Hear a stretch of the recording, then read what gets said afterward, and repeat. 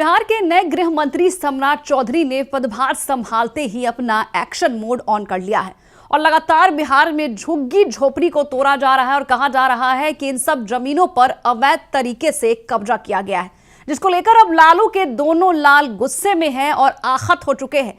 एक तरफ जहां तेजस्वी यादव सरकार के फेल्यूर को लेकर आवाज उठा रहे हैं, तो दूसरी ओर तेज प्रताप यादव ने मुख्यमंत्री को चिट्ठी लिखकर सम्राट चौधरी के बुलडोजर एक्शन पर रोक लगाने की मांग कर दी है। आपको इन दोनों नेताओं का बयान भी सुनाएंगे इस रिपोर्ट में। नमस्कार, मैं हूं शालिनी सिंह और आप देख रहे हैं दर्श न्यूज। बिहार विधानसभा चुनाव में करारी हार के बाद अब तेजस्वी यादव जाग चुके हैं, दिल्ली पहुंच गए हैं। महागठबंधन की ओर से बड़ी मीटिंग का आयोजन किया गया है, जिसको लेकर तेजस्वी यादव दिल्ली पहुंच गए और कहा जा रहा है कि इस मीटिंग में तेजस्वी यादव कई बड़े खुलासे करेंगे और उन लोगों को पकड़ेंगे जो आरजेडी और महागठबंधन के भीतर रहकर भी बीजेपी और एनडीए के लिए टीम बी बनकर काम कर रहे थे, जिसको लेकर तेजस्वी यादव को करारी हार का सामना करना पड़ा। लेकिन आपको बता दें कि सम्राट चौधरी के बुलडोजर एक्शन से जो कि लगातार चल रहे हैं, लालू के दोनों लाल आहत हो चुके हैं और गुस्से में हैं और इसको लेकर तेज प्रताप यादव ने बड़ा बयान दिया है। तेज प्रताप यादव ने कहा है कि आज बिहार के हजारों की संख्या में गरीब, दलित, वंचित परिवार अपने अपने घरों के टूटने से पूर्ण रूप से टूट चुका है। उनकी आंखों से आंसू निकल रहे हैं, लेकिन कोई उनको देखने वाला तक नहीं है। ऐसा प्रतीत हो रहा है कि राज्य में गरीब, दलित और वंचित लोगों के लिए सामाजिक न्याय अब है ही नहीं। उन्होंने नीतीश कुमार को एक चिट्ठी भी लिखी है, जिसमें लिखा गया है कि नीतीश सरकार में नए गृह मंत्री अपने पद को लेकर कुछ ज्यादा ही हतोत्साहित है। वो ये भी भूल गए हैं कि कल तक जिस जनता जनार्दन का गुणगान गाते थे, आज उन्हीं लोगों के घर परिवार उजाड़ रहे हैं।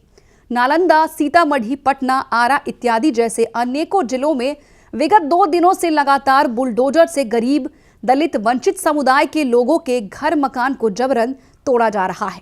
हम सभी इस बात से भली भांति अवगत है कि नवंबर महीने से ही ठंड की शुरुआत हो जाती है। दिसंबर और जनवरी के महीने तो करारे की ठंड पड़ती है और इस ठंड के मौसम में किसी का घर टूटने का दर्द क्या होता है, ये हम भी समझ सकते हैं। लेकिन नीतीश सरकार के नए गृह मंत्री यह नहीं समझ पा रहे हैं कि इस बुलडोजर प्रक्रिया से यहाँ की आम जनमानस के छोटे छोटे बच्चे, महिलाओं और बुजुर्गों पर क्या बीत रही होगी। अतः हम नीतीश कुमार सरकार से मांग करते हैं कि बिहार में बढ़ती ठंड और गरीबों के लाचार और बेबस लोगों से आशियानों को तोड़ने से तत्काल प्रभाव से रोक दिया जाए। साथ ही हम नीतीश सरकार से ये भी मांग करते हैं कि जिनके भी घरों को अब तक तोड़ा गया है, उनको रहने की उचित व्यवस्था सहित आर्थिक सहायता राशि भी प्रदान की जाए। नहीं तो गरीबों की आंखों से आंसू और उनकी बद्दुआ से कोई नहीं बच पाएगा। समय आने पर एक एक आंसुओं का हिसाब हमारी जनता जनार्दन जरूर लेने का काम करेंगे। दरअसल तेज प्रताप यादव ने अपने सोशल मीडिया हैंडल पर यह पोस्ट किया है और नीतीश सरकार से अपील की है। इस वक्त नवंबर के शुरुआत से ही ठंड बढ़ने लग जाती है और इस समय में गरीबों को, वंचित को और पिछड़े वर्गों के लोगों को उनके घर से बेघर करना कहीं से भी उचित नहीं है।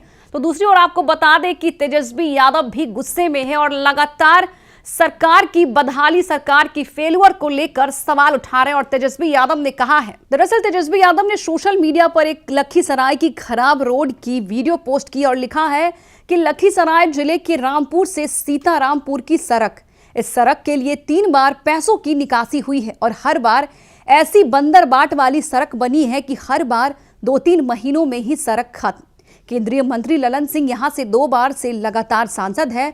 कुल 3 बार ललन सिंह यहां से सांसद रह चुके हैं। 4 बार से यह लोकसभा एनडीए के पास ही है। 11 साल से बिहार और केंद्र में एनडीए की सरकार है। 20 साल से बिहार में एनडीए की सरकार है। भ्रष्टाचार, बंदर बाट और कमीशन खोरी की पर्याय है भाजपा नीतीश सरकार। बिहार में हर जगह स्थानीय लोग त्राहिमाम करते रह जाते हैं और कमीशन खोरों की चांदी होती रहती है। एक तरफ जहां तेज प्रताप यादव गरीबों के लिए खड़े हो चुके हैं, ठंड को लेकर उनके घरों को तोड़ा जा रहा है, जिसको लेकर आवाज उठा रहे हैं, तो दूसरी ओर तेज प्रताप यादव भी सक्रिय हो गए हैं और उन्होंने लखीसराय के खराब रोड का मुद्दा उठाया है और सरकार पर निशाना साधने की कोशिश की है। बहरहाल इस खबर में इतना ही, लेकिन आप अपनी राय हमें कमेंट बॉक्स में लिखकर जरूर बताएं। बने रहे हमारे साथ और देखते रहे दर्श न्यूज।